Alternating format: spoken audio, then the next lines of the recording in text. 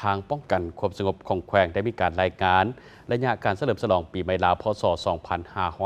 2568 ระหว่างวันที่11 หาวันที่ 17 เมษายน 2025 ในทั่วแขวงบริคำไซมีอุบัติเหตุเกิดขึ้นทั้งหมด21เรื่องและมีผู้เสียชีวิต3คนเจ้าหน้าที่ตำรวจแผนกจราจรป้องกันความสงบแขวงบริคำไซได้รายงานให้รู้ว่าในระหว่างวันที่11 หาวันที่ 17 เมษายน 2025 ซึ่งเป็นระยะเฉลิมฉลองบุญปีใหม่ดาวพศ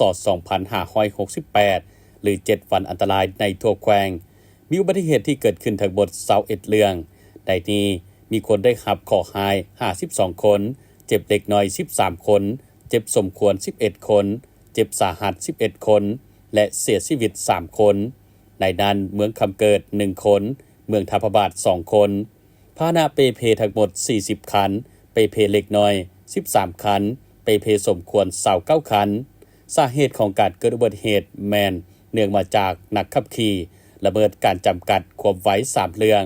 บ่ปล่อยสิทธิ์7เรื่องเปลี่ยนทิศทางกระทันหัน1เรื่องการแซงบ่รับประกัน2เรื่องเทคนิคพาหนะบ่รับประกัน1เรื่องหลับใน1เรื่องซึ่งอุบัติเหตุที่เกิดขึ้นมีอยู่ที่เมืองปากสัน1เรื่องเมืองบริคัน1เรื่องเมืองเวียงทอง2เรื่องเมืองปากกระดิ่ง5เรื่องและเมืองคำเกิด6เรื่องดังนั้นทางเจ้าหน้าที่ตำรวจจราจรป้องกันความสงบแขวงบริคำไซจึงเรียกร้องบานยังบรรดานักขับขี่ทุกๆท่าน